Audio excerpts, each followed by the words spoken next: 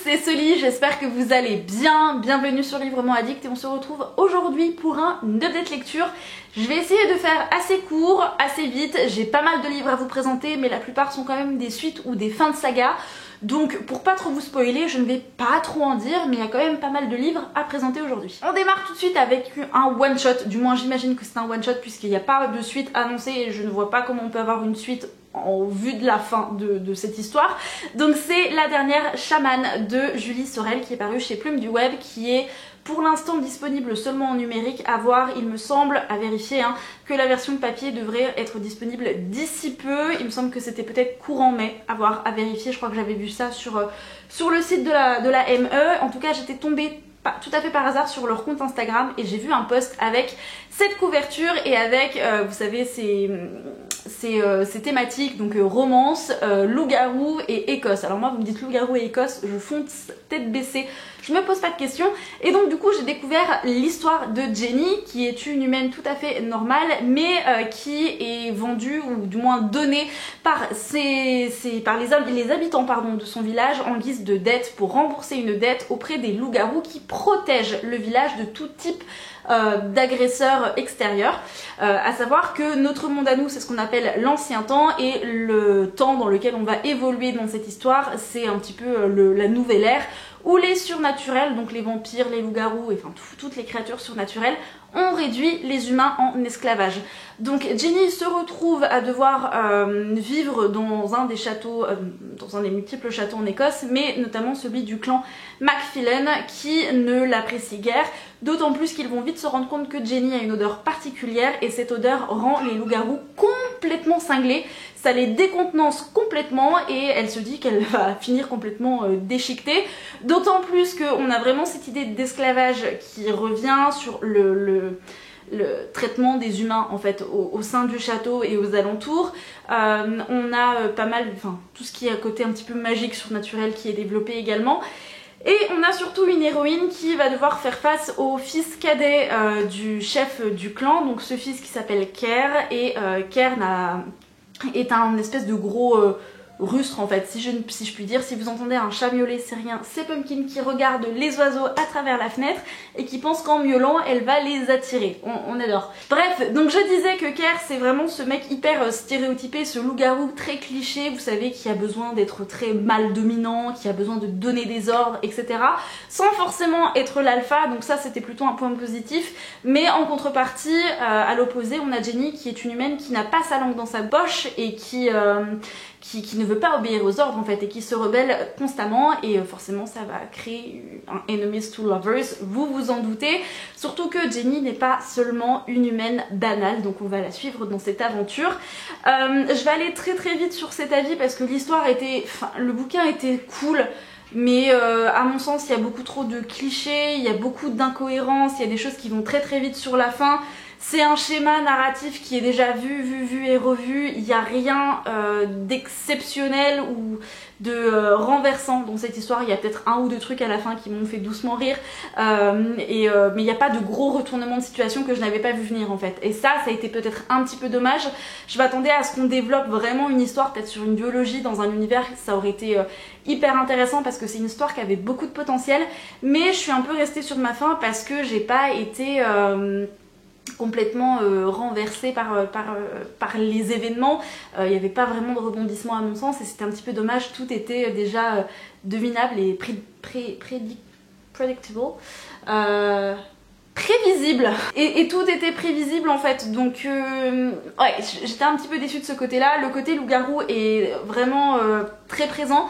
J'aurais aimé en voir un petit peu plus de l'Écosse parce que finalement on est concentré que sur le château, on n'en a pas vraiment davantage. Le côté, l'histoire de Jenny est assez intéressante, elle a certaines capacités qui auraient pu être à mon sens encore plus développées, ça aurait été hyper intéressant, ça aurait vraiment donné un univers hyper riche. Mais voilà, après ça reste sympa, ça reste une lecture agréable, mais ça casse pas trois pattes à un canard, et la fin je l'avais vu venir à des kilomètres, donc je suis un petit peu déçue de ce côté là, mais sinon ça restait une bonne lecture avec des loups-garous, voilà, tranquille. On poursuit avec le tome 2 de I Fell in Love After School de Haruka Mitsui qui est paru chez Pika Édition. Donc je vous avais déjà présenté le premier tome que j'avais plutôt bien aimé. Le tome 2 était sympa aussi, j'ai beaucoup aimé voir l'évolution entre nos deux personnages qui commencent à se tourner un petit peu autour. Par contre justement, même si c'est une saga en 8 tomes, je trouve qu'avoir un développement aussi rapidement dans un tome 2, j'ai un petit peu peur que soit il y ait des répétitions dans les tomes suivants, soit que ce soit redondant forcément, peut-être un peu chronophage, et en fait qu'il n'y ait pas vraiment de fond, quoi, qu'on aille très très vite sur certains événements et que ça soit pas hyper bien développé ou bien approfondi. Je sais pas si je suis hyper claire. Après l'histoire en elle-même elle est plutôt cool, hein. On va suivre Kao qui se retrouve à être la manager de l'équipe masculine de volley de son lycée. Elle doit tout faire pour qu'un élève en particulier intègre l'équipe, sauf qu'il ne veut pas pour X ou Y raison, et elle va tout faire pour le convaincre, voilà. Donc et petit à petit ils vont commencer à se tourner autour. On sent que la romance va naître entre les deux, on sent qu'il y a potentiellement un petit triangle amoureux, mais c'est très courant dans les shoujo et ça me gêne moins que dans les romans. Donc à voir comment ça va être développé. Et puis voilà, en soi ça restait un tome 2 assez sympa. Le tome 3 sort au mois de juin et j'ai hâte de le lire parce que ça reste une série shoujo avec du sport et j'adore ces thématiques en fait quand ça se passe au lycée et quand on a du sport de toute façon. J'avais beaucoup aimé Waiting for Spring, même si j'avais été très déçue du dernier tome, mais en tout cas il est très sympa. Si vous cherchez quelque chose dans les vibes de LDK, de Waiting for Spring, qu'est-ce qu'on avait aussi qui était très cool, très doudou, sans prise de tête, enfin bref, vous voyez ce genre de shoujo là, bah I Fell in Love After School est fait pour vous du coup. Pareil, je crois que je n'ai jamais fait un update lecture aussi rapide, puisque le tome 3 des Gardiens des Cités Perdues, bah, étant un tome 3 en fait sur la série, je vais pas vous spoiler les tomes précédents. Que dire de ce troisième tome? J'ai eu un petit peu de mal à le lire, je m'y suis reprise en plusieurs fois. Une fois qu'on est dedans, ça se lit très très vite, ça reste de la jeunesse. C'est hyper agréable, j'aime beaucoup me plonger dans l'univers de Shannon Messenger, pas Samantha Shannon, non ça c'est l'autrice de The Burnt Season et du Prieuré de l'Oranger, je crois que je vais me planter à chaque fois.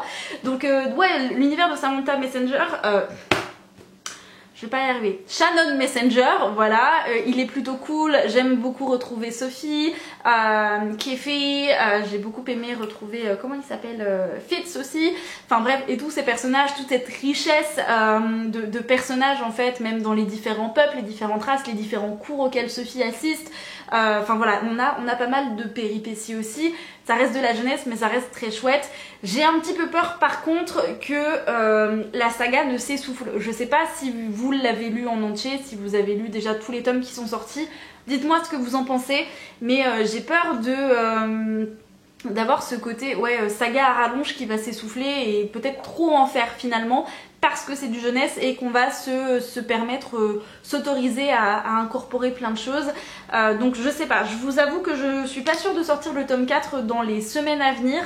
Peut-être fin de l'été, en septembre, mais en tout cas en ce moment j'ai pas spécialement envie d'y plonger, alors que j'avais vraiment adoré lire le premier tome, le découvrir, enchaîner avec le tome 2, en plus c'était à ce moment là que j'étais malade en septembre, donc je pouvais pas faire grand chose étant clouée au lit avec la Covid, donc vraiment ça avait été de très très belles découvertes, alors que le tome 3, je sais pas, peut-être que c'était pas forcément non plus le bon moment pour moi pour le découvrir et me replonger dans cet univers.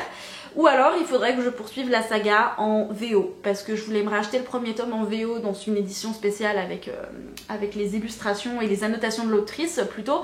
Et est-ce que je poursuis la série en VO? Peut-être. Ça me permettrait peut-être de redécouvrir l'histoire sous un autre angle et dans une autre langue. Il me reste 2 livres à vous présenter. Je vais aller très vite sur le troisième tome parce qu'il m'a laissé complètement... voilà, vide émotionnellement et le tome 3.5 sort en octobre et le dernier tome de la saga sort au printemps 2022, sachant qu'on aura d'autres spin-offs par la suite. Il s'agit de The Crown of Gilded Burns de Jennifer Armentrout. Et alors, la question que vous me posez tous et toutes, c'est est-ce qu'il a détrôné ACOTAR ? Puisque j'ai eu le malheur de vous dire ça sur Instagram, de vous dire que je me posais la question, est-ce qu'il a détrôné ACOTAR? Un Cotard qui reste indétrôné depuis 5 ans maintenant, 5 ans et demi peut-être, et Je n'ai toujours pas trouvé la réponse. Je pense que je pourrais vraiment vous donner un avis quand j'aurai lu le dernier tome qui sort, donc qui vient clôturer cette saga, sans parler des spin-offs, en printemps 2022, c'est ce que je vous disais précédemment, et je vous donnerai mon avis vraiment, est-ce qu'il a réussi à détrôner ACOTAR. Je vous cache pas que pour l'instant il est en bonne voie, ce tome 3 a été exceptionnel, j'avais surkiffé le premier tome. J'ai beaucoup aimé le deuxième tome qui était à mon sens encore un chouïa meilleur que le premier, même si ils s'équivalent finalement sur pas mal de points. Je sais que certaines personnes ont été un peu déçues du tome 2, moi ça n'a pas du tout été mon cas et je l'ai vraiment kiffé pour tout un tas de raisons, et le tome 3 là il est absolument exceptionnel, il se passe des choses, mais il fait combien de pages? Il fait 600 pages? Un peu, ouais, 650 pages on va dire, on va arrondir, à la page 90, mais vraiment à la page 90 j'étais déjà en larmes à sortir les mouchoirs, je me suis dit mon cœur ne va pas survivre, et franchement je suis passée par tout un tas d'émotions, il se passe tellement de choses et on a tellement de rebondissements, et enfin c'est hyper chouette, et ça développe pas mal de thématiques qu'on voit rarement dans certaines sagas, et notamment de fantasy. Je suis mais admirative de la complexité de l'univers. Des traditions, des coutumes qui sont développées, vraiment je suis complètement fan de Poppy, je suis fan des autres personnages. Non, je ne vous mentionnerai pas les noms puisque je ne vais pas vous spoiler quoi que ce soit, sachant que le premier tome devrait paraître d'ici peu. Voilà, je sais qu'il va sortir en français, je n'ai pas les dates exactes, mais j'ai entendu quelques rumeurs comme quoi il devrait peut-être sortir fin d'année 2021, attention, à vérifier, mais ça ne m'étonnerait absolument pas, et j'ai tellement hâte que vous puissiez d'ailleurs le découvrir, et vous êtes d'ores et déjà prévenus, il y aura une lecture commune de prévue à la sortie du premier tome en français. J'organiserai tout ça et je vous expliquerai tout le moment venu, mais en tout cas sachez que ça a été un énorme coup de cœur ce troisième tome, et je suis restée en PLS quand même pas mal de temps après l'avoir terminé. Je pense que c'est pour ça que la lecture que je m'apprête à vous présenter a été plutôt un flop. Voilà, sans forcément dire un gros flop, ça a plutôt été un flop malheureusement. Mais en tout cas, sachez que celui-ci a été un énorme coup de cœur. Et en fait, si vous me demandez pour l'instant de choisir entre The Crown of Gilded Bones et A Court of Silver Flames de Sarah J. Maas, je ne sais pas lequel choisir. Je sais pas lequel choisir. Là, franchement, je n'en ai aucune idée. Si ACOTAR est détrôné, alors là, je ne sais pas quoi vous dire d'autre. Et donc, le dernier livre dont j'avais très envie de vous parler, ça y est, je l'ai lu, je l'ai enfin terminé, donc je l'ai terminé pour le challenge du mois de la fantasy. Ouais, je pense que c'est peut-être mes précédentes lectures qui ont fait que celui-ci n'a pas été un super coup de cœur, alors que le premier a été absolument incroyable et exceptionnel. Le tome 2 de Lune Ardente de Morgane Rugraff. Vous savez que le premier tome a été un coup de poing, ça m'a foutu en larmes, ça m'a frustrée, ça m'a mise en colère, j'ai été pleine de rage, j'ai été heureuse, j'ai été admirative, j'ai trouvé que Siobhan était hyper badass. Donc Siobhan, petit rappel, c'est notre héroïne, puisqu'ici on est plongé dans un univers de fantasy où vous avez deux royaumes. Vous avez le royaume de Tsagan et vous avez le royaume d'Ulan. Le royaume de Tsagan, donc c'est le royaume de Siobhan qui en est l'héritière, qui est la princesse de ce royaume, qui est plutôt, qui est même carrément différent de Ulan. Donc Tsagan c'est le royaume de la lune, Ulan c'est plutôt le royaume du soleil. Donc vous avez des coutumes différentes, des climats différents, des traditions différentes, enfin c'est voilà, les personnes qui vivent à Tsagan vivent davantage la nuit, en Ulan on vit davantage le jour, enfin voilà, c'est très très différent, et Siobhan va devoir épouser le fils héritier donc Logan du royaume d'Ulan pour pouvoir sauver les siens. Donc elle se sacrifie, elle est obligée d'aller en Ulan et elle va découvrir la vie là-bas. Elle est un petit peu retenue prisonnière, c'est un petit peu la captive. Il y a énormément de scènes choquantes dans le premier tome, donc je vous invite à faire très attention quand vous vous lancez dans cette duologie.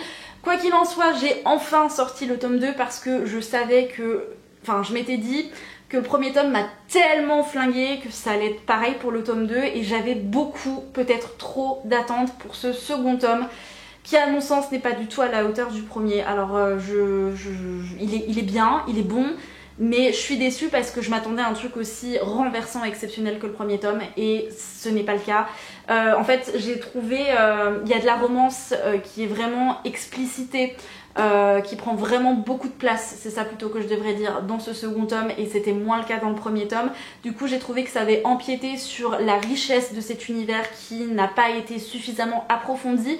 Dans le premier tome, il est question d'une prophétie notamment qui est hyper intéressante, et j'ai trouvé que c'était passé beaucoup trop vite dans ce second tome, dans le sens où je suis restée sur ma faim, il y a des choses que je n'ai pas comprises, j'ai trouvé que ça n'avait pas été suffisamment développé, exploité, approfondi.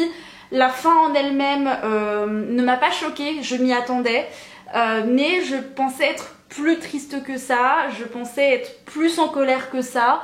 Elle est très poétique, elle est très belle, mais je m'attendais à ressentir plus de choses en fait en lisant ce second tome, et ça n'a pas forcément été le cas, et du coup j'ai été très frustrée. Après ça reste forcément une duologie que je vous recommande chaudement, ne serait-ce que pour le premier tome qui est vraiment exceptionnel.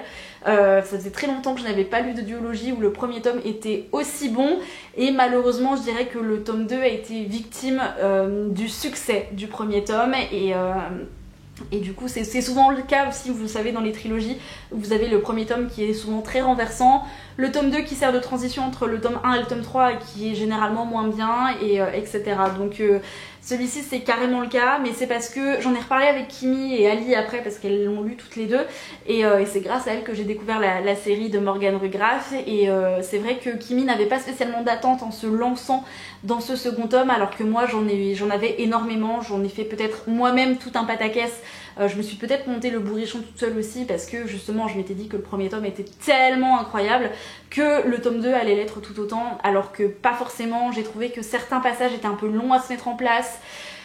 Voilà, il y a certains personnages secondaires que j'aurais aimé voir développer, certaines relations entre Siobhan et des personnages secondaires que j'aurais voulu voir développer. Je m'attendais à être plus touchée par certaines scènes, ça n'a pas forcément été le cas. Est-ce que c'est parce que j'étais pas non plus forcément dans un bon mood au moment où je l'ai lu, mais en fait au fur et à mesure que j'avançais dans cette lecture, j'étais de plus en plus déroutée parce que je ne retrouvais pas ce que j'avais retrouvé dans le premier tome. Donc voilà, je pense que je vous l'ai dit sous toutes les formes possibles et imaginables. Malheureusement pour moi, ce second tome reste davantage un flop plutôt qu'un top, mais il reste bon, ça reste un bon second tome, mais voilà, à mon sens, il y a beaucoup trop de choses qui n'ont pas été suffisamment creusées, et c'est extrêmement dommage parce que Morgane Rugraff nous proposait un univers tellement riche que ça aurait été tellement intéressant de le développer davantage, et il y avait moyen de le développer, j'en suis certaine. Donc voilà, je suis un peu déçue pour ce second tome, mais bon, c'est pas très grave. Je vous conseille quand même très fortement de découvrir cette saga si jamais vous l'avez dans vos pales, ou si jamais vous avez très envie de la découvrir et de vous la procurer. J'en ai terminé avec cette update lecture, j'espère qu'il vous aura plu. Si c'est le cas, n'hésitez pas à lâcher un petit like. J'ai l'impression que c'est l'update lecture le plus expéditif de l'histoire de cette chaîne. L'update dans lequel je vous présente le plus de livres, mais en un moins de temps possible. Je crois que j'ai fait des updates tout aussi longs pour 3 fois moins de bouquins. Bref, en tout cas j'espère qu'il vous aura plu. Si jamais vous avez lu certains des livres présentés, dites-le moi dans les commentaires, dites-moi ce que vous en avez pensé. Si jamais vous ne les avez pas lus, est-ce qu'ils vous font envie? Quelles ont été vos dernières lectures? Plutôt des tops, plutôt des flops, des lectures plutôt cool, tranquille, et voilà, je ne vous embête pas plus longtemps, je vous retrouve samedi en live sur la chaîne à partir de 20h30. Vous le savez, je vous fais tout un teasing sur Instagram. Si jamais vous ne me suivez toujours pas sur Insta, je vous invite à le faire. Voilà, @livrement-addict. Et ça va être très très cool. Je vous ai déjà dévoilé 2 des invités mystères, et il y en a encore 2 puisque vous le savez, je ne serai pas toute seule pour animer ce live samedi soir. Donc voilà, c'est très très cool. J'ai trop hâte. Et sinon, je vous retrouve dimanche. Si jamais vous ne pouvez pas être là pour le live ce samedi, sachez en tout cas que le live sera disponible en replay. Voilà, je vous embrasse, je vous souhaite à tous et à toutes de passer de très belles et bonnes lectures, et en attendant ce week-end, prenez soin de vous. Ciao.